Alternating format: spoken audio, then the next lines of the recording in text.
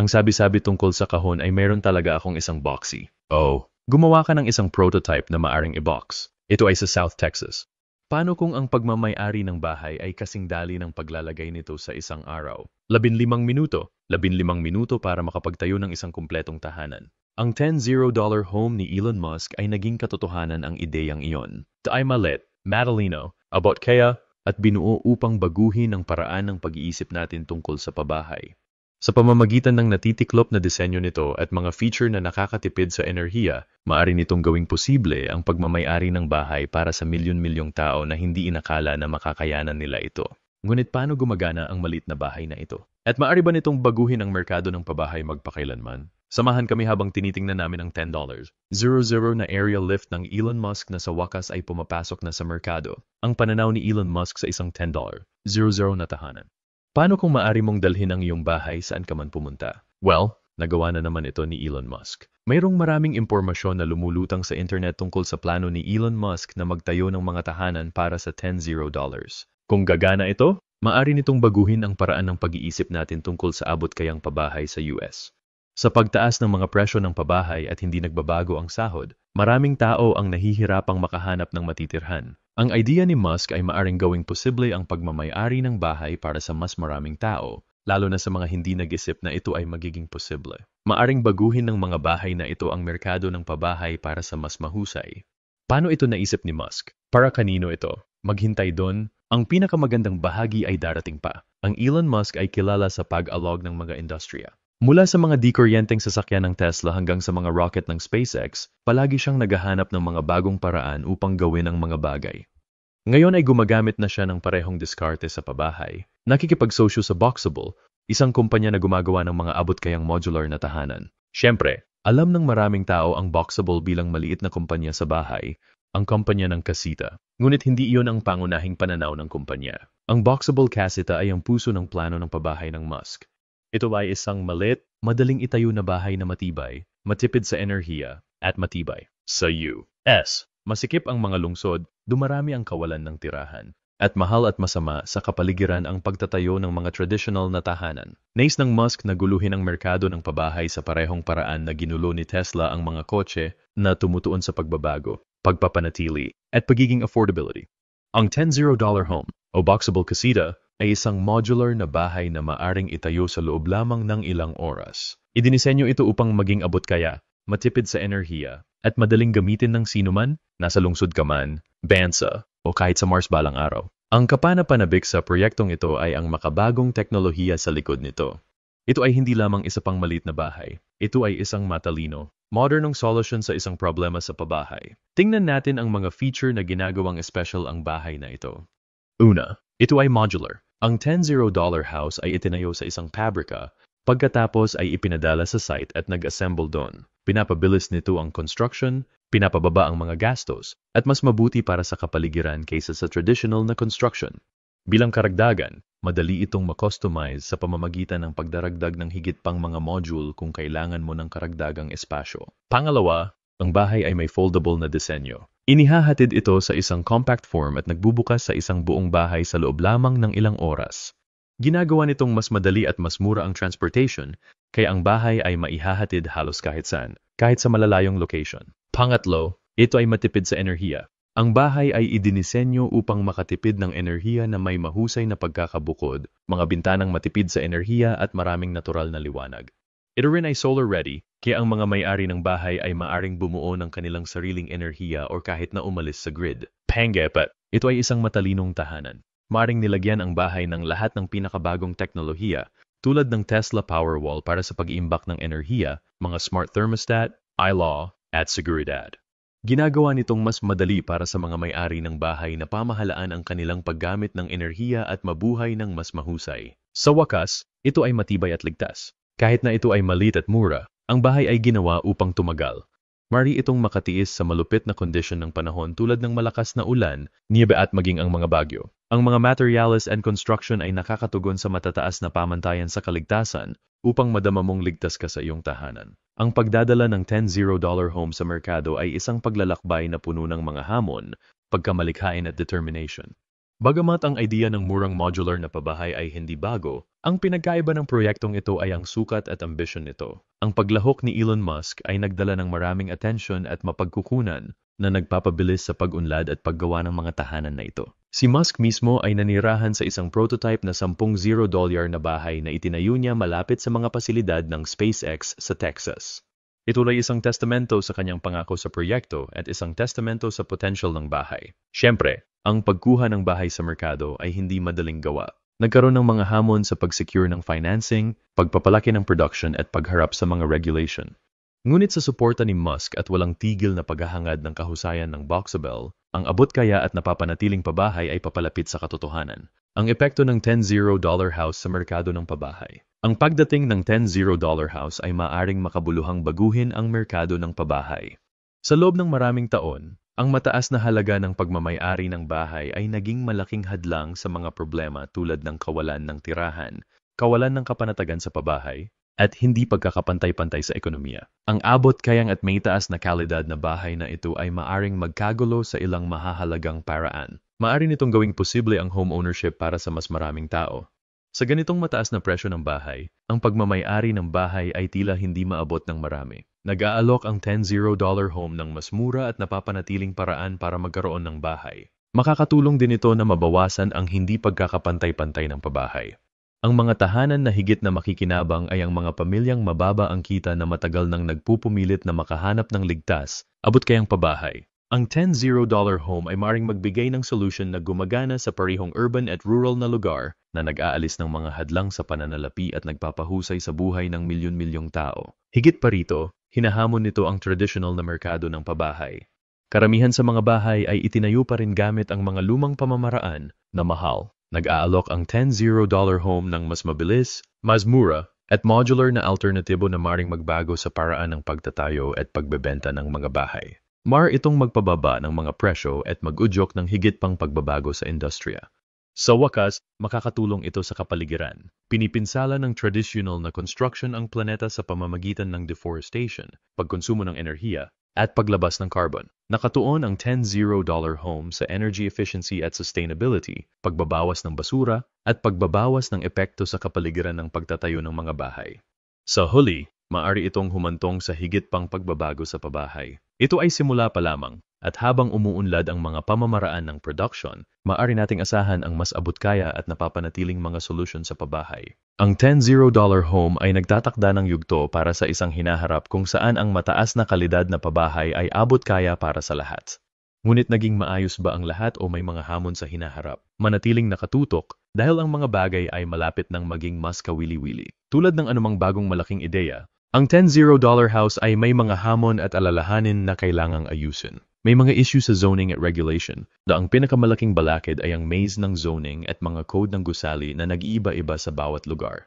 Bagamat flexible ang modular construction, maaring maging mabagal at mahirap ang pagkuha ng pag-aproba ng local na pamahalaan. Kakailanganin ng Boxabel at Musk na makipagtulungan sa mga local na autoridad upang matiyak na ang mga bahay na ito ay maaring legal na mailagay sa maraming lugar. Ang pangunawa ng publiko ay maaari ding maging hadlang. Sa kabila ng mga benepisyo, ang ilang mga tao ay maaring mag-alinlangan na manirahan sa isang modular na tahanan na nakikita ito bilang pansamantala o mas mababang kalidad. Upang mabago ang pananaw na iyon, kailangang ipakita ng Boxabel at Musk na ang mga bahay na ito ay nag-alok ng kasing dami ng ginhawa, tibay, at apelagayan ng mga traditional na tahanan. Ang susunod na hamon ay ang pag-scale ng production. Para matugunan ang demand para sa $10 home, kakailanganin ng Boxabel na makabuluhang taasan ang production. Sa libu-libong unit na gagawin, ipapadala at i-assemble. Ang pamamahala sa production ng hindi isinasakripisyo ang kalidad ay magiging susi sa tagumpay. Ang competition sa merkado ay maaari ding gumanap ng isang papel.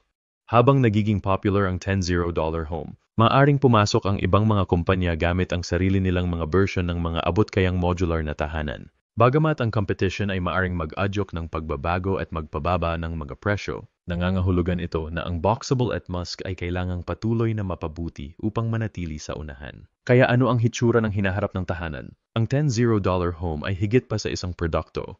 Ipinapakita nito kung ano ang posible kapag nagsama-sama ang teknolohiya, pagbabago at matapang na pananaw. Habang lumilitaw ang mga unang tahanan, lahat ay manonood upang makita kung paano umuusad ang ambisyosong proyektong ito. Ang kinabukasan ng mga makabagong tahanan na ito ay kapanapanabik na may mga posibilidad na higit pa sa abot kaya upang isama ang tulong sa sakuna, pabahay ng mga refugee at maging ang tirahan ng mga astronaut sa Mars.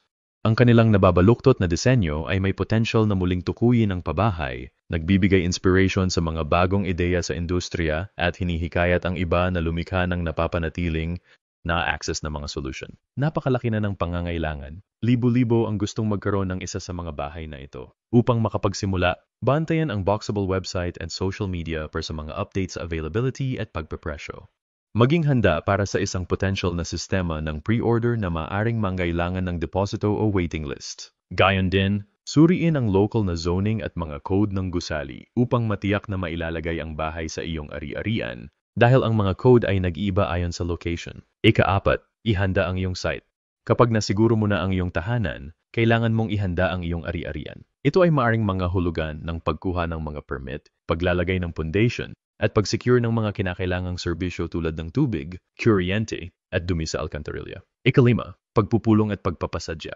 Kapag naihatid na ang iyong tahanan, isa-set up ito sa iyong property, kadalasan sa loob ng ilang oras. Pagkatapos ay maaari mong i-personalize ang iyong bagong tahanan gamit ang mga karagdagang module, solar panel, at iba pang feature para maging tunay itong sa iyo. Ang pagdating ng $10 home ay higit pa sa isang pambihirang tagumpay sa merkado ng pabahay. Malamang na magdadala ito ng malalaking pagbabago sa buong lipunan. Mula sa paglutas ng krisis sa pabahay hanggang sa pag-impluensya sa kung paano pinaplano ang mga lungsod at pagtatayo ng mga komunidad, ang makabagong bahay na ito ay may potential na baguhin ang paraan ng ating pamumuhay at pakikipag-ugnayan sa mundo sa paligid natin. Tingnan natin ang ilan sa mas malalaking epekto sa lipunan na maaring mangyari. Ang mas malawak na panlipunang implication ng boxed house na ito. Milyon-milyong tao sa buong mundo ang nakatira sa mahihirap na kondisyon ng pabahay o walang permanenteng tirahan. Ang $10 house ay maring makatulong sa paglutas ng problemang ito sa pamamagitan ng pag-alok ng isang abot kaya at mataas na kalidad na option kumpara sa traditional na pabahay. Ang pagpapatas ng pagkakaroon ng pagmamay-ari ng bahay ay maaring makatulong na maibsan ang ilan sa mga pinakamalaking kakulangan sa pabahay na kinakaharap natin. Sa mga umuunlad na bansa, kung saan ang abot kayang pabahay ay kadalasang mahirap hanapin, ang bahay na ito ay maaring magkaroon ng malaking epekto. Maaaring gamitin ng mga pamahalaan at mga kawanggawa ang mga tahanan na ito upang mabigyan ng matatag na tirahan ang mga pamilyang mababa ang kita, mapabuti ang mga kondisyon ng pamumuhay sa mga nahihirapang lugar, at suportahan pa ang mga pagsisikap sa pagtulong sa kalamidad. Hindi lamang nito mapapabuti ang kalidad ng buhay ng mga tao, ngunit lumikha din ng mga trabaho at makatulong na mapalakas ang lokal na ekonomiya. Habang lumalaki ang mga lungsod at dumarami ang kanilang population, lalong nagiging mahalaga ang pagpaplano ng lungsod. Ang $10 house ay maaring makatulong na baguhin ang paraan ng pag-iisip natin tungkol sa pagpaplano ng lungsod sa pamamagitan ng pag-aalok ng nababaluktot, modular na option sa pabahay na gumagana sa iba't ibang lugar at nakakatugon sa iba't ibang pangangailangan. Sa mga masikip na lungsod kung saan masikip ang espasyo at mahal ang pabahay, ang bahay na ito ay maaring maging isang mahusay na paraan upang magbigay ng abot kayang pabahay. Ang compact na laki nito at mabilis na pagpupulong ay ginagawa itong perpekto para sa infill development na nagtatayo sa hindi nagamit at naka-built up na lupa. Makakatulong ito na malutas ang kakulangan ng abot kayang pabahay sa mga lungsod at ihinto ang suburban sprawl. Para sa mga rural or mahirap maabot na mga lugar kung saan mahirap or masyadong mahal ang traditional na construction, ang $10 home ay isang epektibong alternatibo. Maaari itong mabilis na maihatid at mai-setup na ginagawang perpekto para sa mga lugar na walang malakas na infrastruktura. Bukod pa rito, ang mga feature nito sa pagtitipid ng enerhiya at kakayahang tumakbo sa mga pinagmumulan ng nababagong enerhiya ay perpekto para sa mga komunidad na walang access sa isang maasahang grid ng kuryente.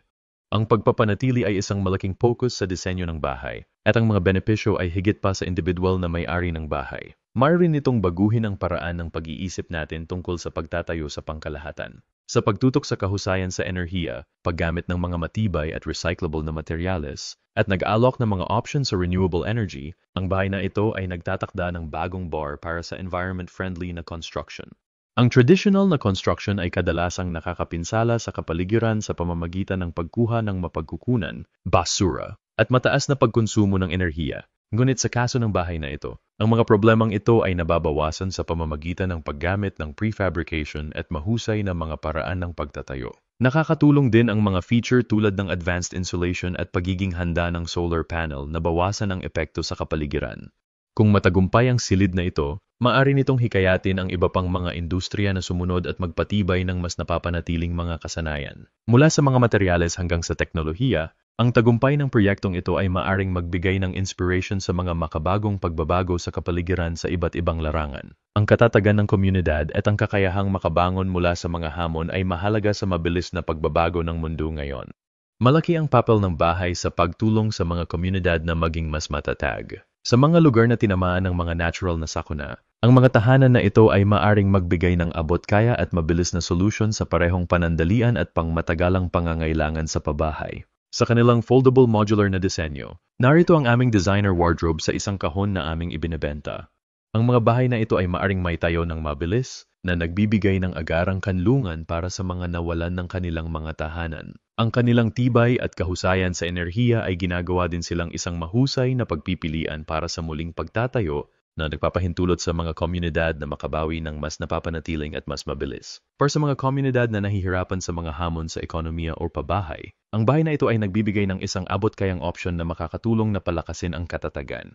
Nagbibigay ito ng mataas na kalidad, maasahang solusyon sa pabahay para sa mga higit na nangangailangan nito. Makakatulong ito sa mga mahihinang grupo na makabangon at magkaroon ng positibong epekto sa komunidad sa kabuuan.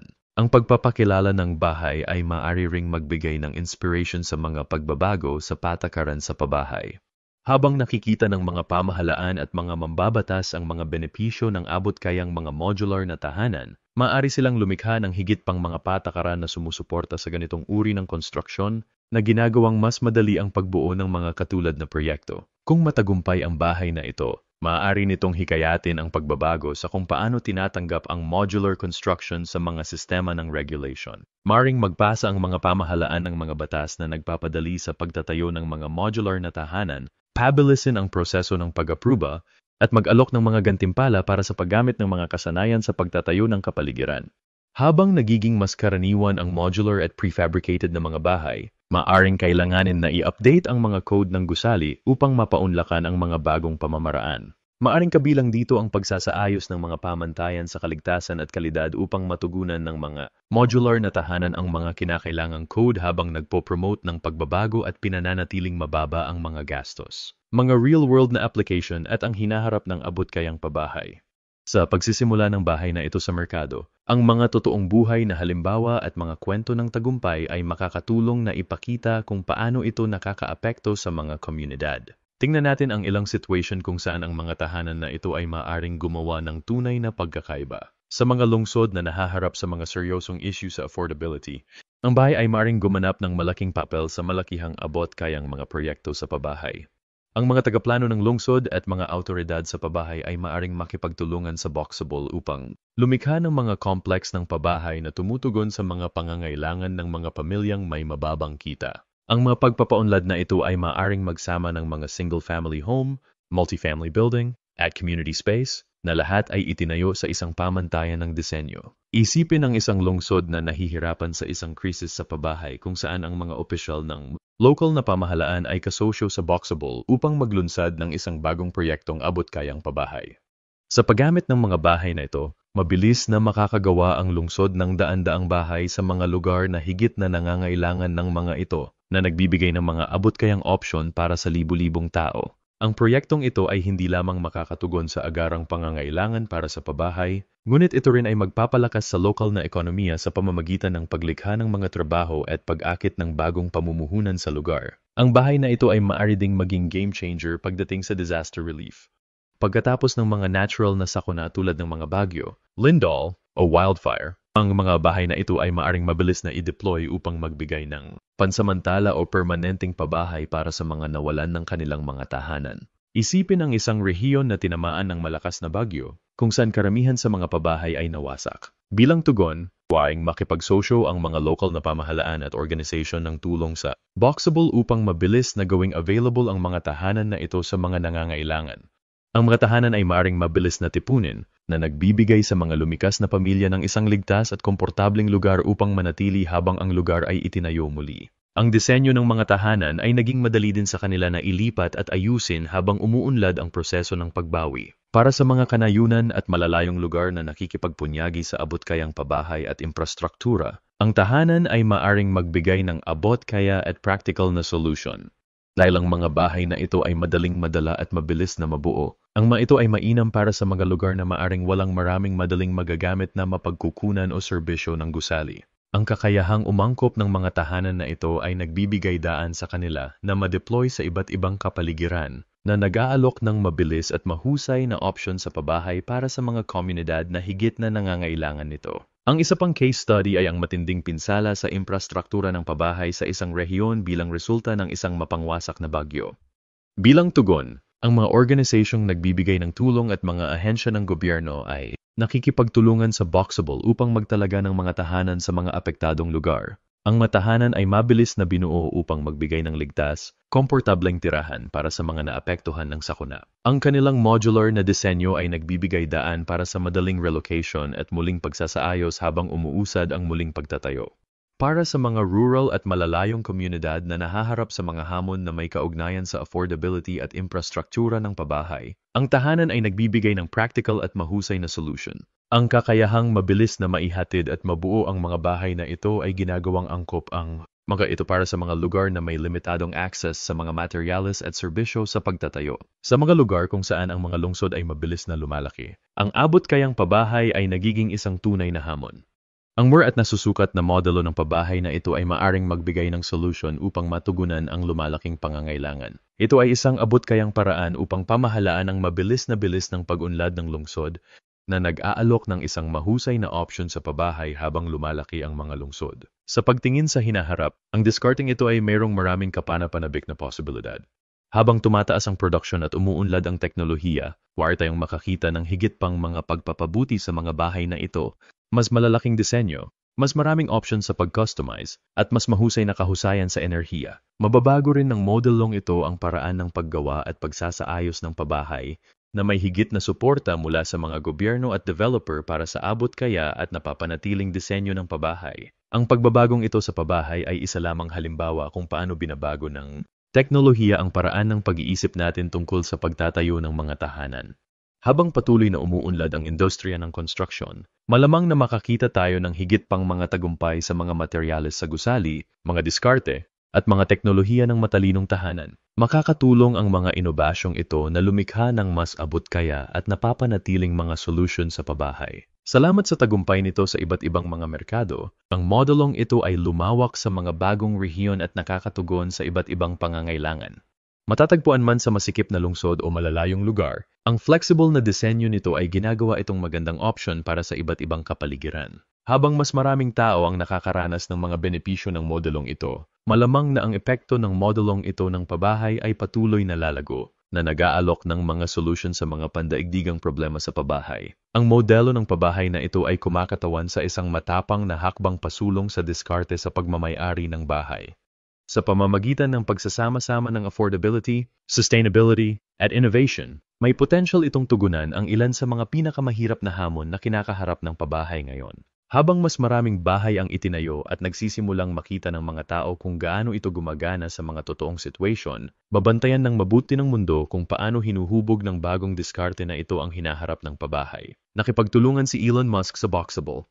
Si Elon Musk, CEO ng SpaceX at Tesla, ay may netong halaga na 427 billion salamat sa kanyang trabaho sa mga di-kuryenteng sasakyan at paglalakbay sa kalawakan. Ngunit kahit na may ganoong kalaking pera, pagkatapos magbenta ng 7 mansion sa California, nagpasya siyang tumira sa isang maliit na bahay. Noong 2020, nagpasya si Musk na ibenta ang halos lahat kasama ang kanyang mga tahanan at mamuhay ng walang pagmamay-ari ng bahay.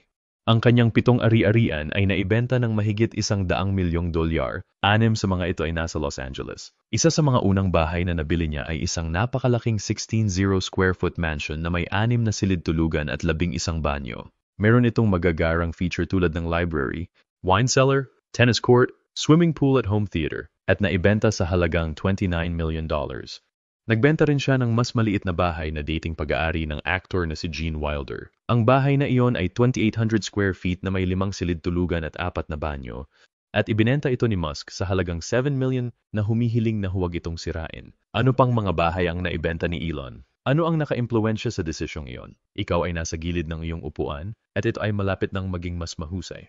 Apat na iba pang mga bahay sa Bel Air ang naibenta sa halagang $62.5 milyon at ang kanyang pinakahuling tirahan, isang 16-0 square foot na bahay sa Hillsborough, ay naibenta sa halagang 47 million sa 2021. Ang kasalukuyang tahanan ng Musk ay isang maliit, 20 by 20 foot foldable home na matatagpuan malapit sa SpaceX headquarters sa Boca Chica, Texas. Ang $50 zero na bahay na ginawa ng Boxable ay kahawig ng isang studio apartment na may sala, kusina, kwarto, at banyo.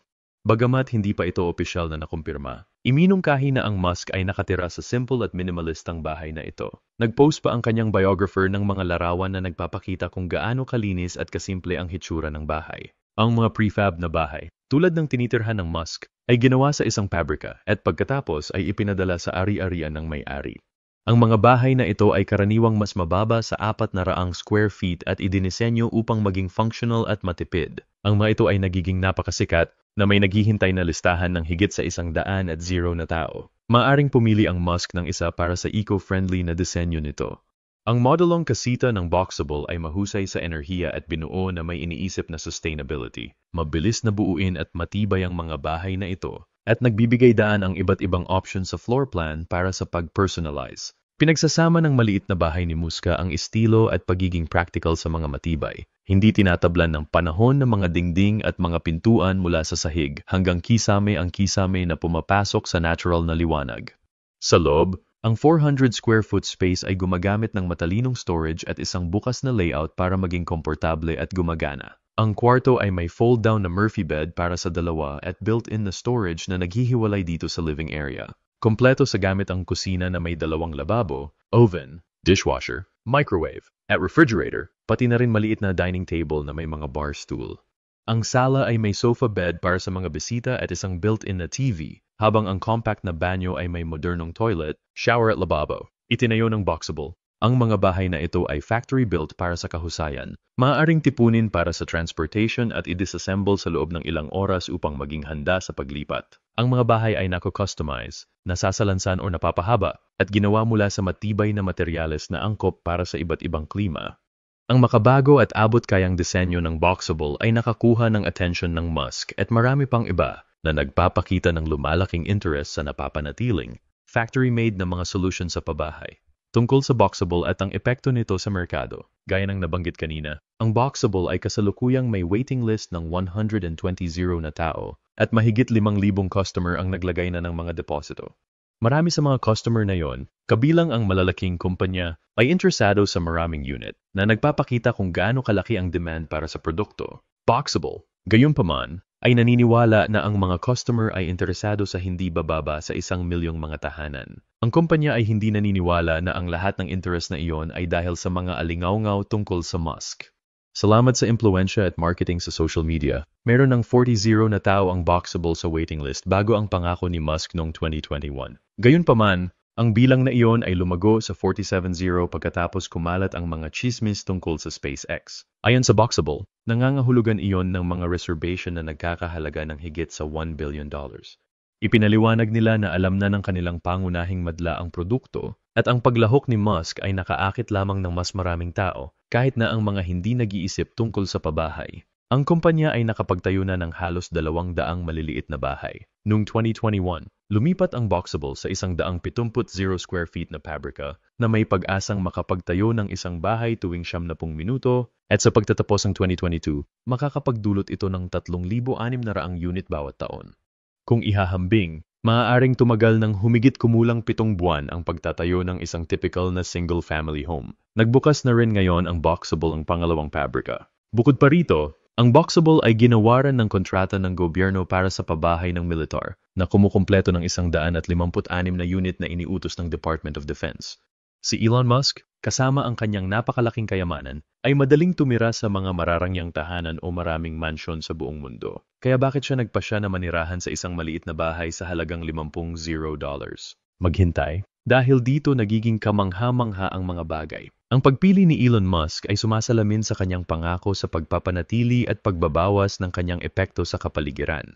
Ang mga malalaking bahay ay nangangailangan ng mas maraming mapagkukunan, kapwa upang magtayo at gumamit ng enerhiya. Sa pamamagitan ng pagpili ng isang maliit na bahay, ipinapakita ng Musk na posibleng mamuhay ng komportable habang pinapaliit ang iyong ecological footprint. Higit pa rito, ang kanyang desisyon ay umaangkop sa kanyang minimalist na filosofiya.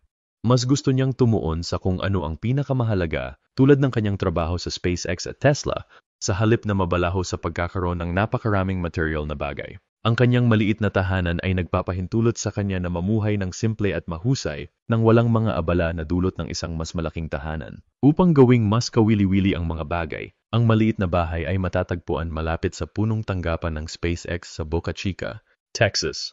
Ang pamumuhay na malapit sa trabaho ay nagbibigay daan sa kanya na mas tumutok sa kanyang mga ambisyosong proyekto. Ang isang maliit na bahay ay nagbibigay din sa kanya ng higit na kakayahang umangkop dahil ito ay madaling ilipat kung kinakailangan para sa trabaho o iba pang mga kadahilanan. Ang boxable casita, kung saan nakatira si Elon Musk, ay higit pa sa isang maliit na bahay. Bahagi ito ng mas malaking pagsisikap na baguhin ang paraan ng paggana ng abot-kayang pabahay. Ang boxable, ang kumpanya sa likod ng kasita, ay nilikha upang magdala ng mataas na kalidad, abot-kayang mga tahanan sa mga tao sa lahat ng dako. Ang kanilang bagong paraan ng pagtatayo ng mga bahay ay maaring ganap na yumanig sa merkado ng pabahay na ginagawang posible ang pagmamay-ari ng bahay para sa mas maraming tao. Sa $50 lang, mas mura ang kasita kaysa sa karamihan ng mga bahay na ginagawa itong isang magandang option para sa mga unang bumibili ng bahay, mga retirado, o sino mang gustong mag-downsize. Ang abot kayang presyo ay dahil sa paggamit ng mga advanced na pamamaraan ng pagmamanupaktura na tumutulong sa boxable na bumuo ng kanilang mga tahanan ng mabilis at mahusay. Ang isa pang malaking bentahe ng kasita ay ang tibay nito. Ito ay ginawa upang mapaglabanan ang matinding lagay ng panahon tulad ng mga bagyo, lindol, at malakas na pag-ulan ng niebe, na ginagawa itong isang mahusay na pagpipilian para sa mga nakatira sa mga lugar na madaling kapitan ng mga natural na sakuna. Ang modular na disenyo ng kasita ay nangangahulugan na ang mga may-ari ng bahay ay madaling magdagdag ng higit pang mga unit o i-customize ang layout upang umangkop sa kanilang mga pangangailangan. Matipid din ito sa enerhiya na nakakatulong na bawasan ang mga gastos sa utility at ginagawa itong mas environment-friendly. Ang paggamit ng matibay at madaling mapanatili na mga materyales ay nangangahulugan na ang tahanan ay magtatagal ng mahabang panahon at mangangailangan ng mas kaunting pagkukumpuni. Ang desisyon ni Elon Musk na manirahan sa isa sa maliliit na bahay na ito ay maaring magkaroon ng malaking epekto sa maliliit na paggalaw sa bahay at sa merkado ng pabahay sa kabuuan. Ang Musk ay kilala sa pagtatakda ng mga yuso at ang kanyang desisyon na manirahan sa isang maliit na bahay para sa $50 ay nagha-highlight sa mga benepisyo ng simple at napapanatiling pamumuhay. Ang pagpili nito ay maaring magpapataas ng interest sa maliliit na bahay at iba pang prefab home na option. Habang napagtatanto ng mas maraming tao kung gaano practical ang maliit na pamumuhay, maaring lumipat ang pamilihan ng pabahay tungo sa mas abot-kaya, pangkalakasan, at mahusay na mga tahanan, na maaring magbigay ng inspiration sa iba pang mga kumpanya na mag-isip sa labas ng kahon kapag nagtatayo ng mga tahanan. Ang uso sa maliit na bahay ay nauugnay din sa lumalaking interes sa kalayaan sa pananalapi, minimalism, at pagpapanatili. Ngunit may mga hamon sa hinaharap, tulad ng zoning at mga panuntunan sa gusali na nag-iiba ayon sa location. Sa ilang mga lugar, ang maliit na bahay ay maaring makaharap sa mga paghihigpit sa kung saan sila maaring ilagay at kung paano sila magagamit. Habang nakikita ng mas maraming tao ang mga benepisyo ng maliit na pamumuhay, maaring magkaroon ng higit na panggigipit sa mga mambabatas na baguhin ang mga panuntunang ito upang gawing mas madali ang pamumuhay ng maliit. Habang mas maraming tao ang nagtatrabaho sa malayo at tinatanggap ang mga digital na nomadic na pamumuhay, ang malilit na tahanan ay maaring maging mas sikat. Sa huli, ang desisyon ni Musk na manirahan sa isang maliit na tahanan ay kumakatawan sa isang pagbabago tungo sa mas napapanatiling at maalalahanin na pamumuhay. Pinatutunayan nito na posibleng mamuhay ng komportable na may kaunting epekto sa kapaligiran na nag-aalok ng pag-asa para sa hinaharap kung saan ang pabahay ay mas abot-kaya at napapanatiling. Kung magkakaroon ka ng pagkakataon, titira ka ba sa bahay na ito? Ano sa palagay mo ang maaring pagbutihin tungkol sa natitiklop na bahay na ito? Ipaalam sa amin sa section ng mga komento sa ibaba. Kung nasiyahan ka sa video, mangyaring i-like, ibahagi at mag-subscribe. Mag-click din sa susunod na video na ipinapakita sa screen. Masisiyahan ka!